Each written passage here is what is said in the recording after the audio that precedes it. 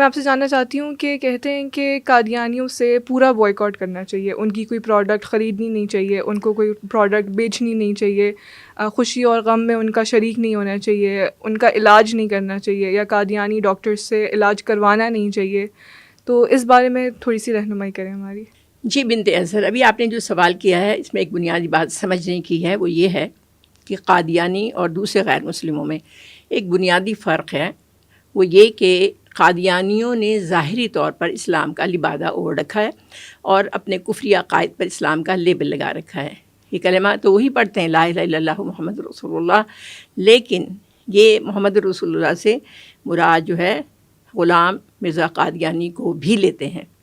اور دوسرا کفر یہ کیا کہ انہوں نے قرآن میں جگہ جگہ تحریف کی ہے، اور قرآن پاک میں جہاں جہاں نبی علیہ الصلوۃ والسلام کا نام گرامی آیا ہے وہاں انہوں نے اس بدبخت مرزا غلام قادیانی کو بھی مراد لیا ہے، اور یہ ان کا بنیادی عقیدہ ہے. اور لہٰذا یہ جو قادیانی ہیں یہ صرف کافر ہی نہیں بلکہ زندیق ہیں، اور اسلام کا لبادہ اوڑھ کر انہوں نے اپنے تمام کفری عقائد و نظریات کو اسلام کا نام دے رکھا ہے.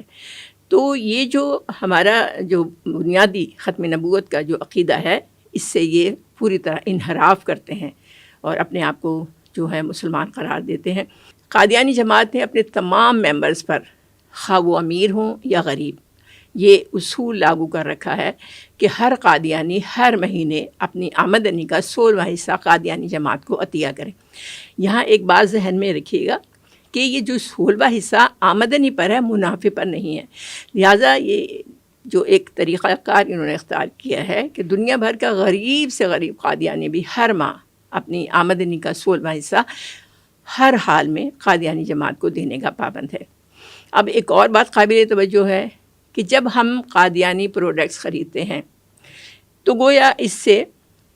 قادیانیوں کو جو آمدنی ہوتی ہے وہ لامحالہ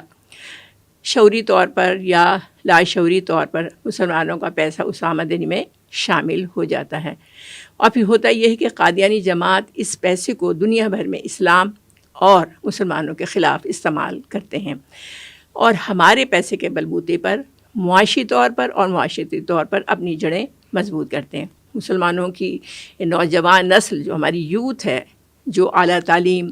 اعلیٰ نوکری اور اونچے گھرانوں میں شادی کے ساتھ ساتھ بیرون ملک جانے کے خواب دیکھ رہے ہوتے ہیں، یہ انہیں کالجز میں، یونیورسٹیز میں جو ہیں انہیں گھیرتے ہیں، ان کے ایمان کو برباد کر کے انہیں مرتد بنا کر جہنم کے راستے پر لگاتے ہیں. اور یہ سب کچھ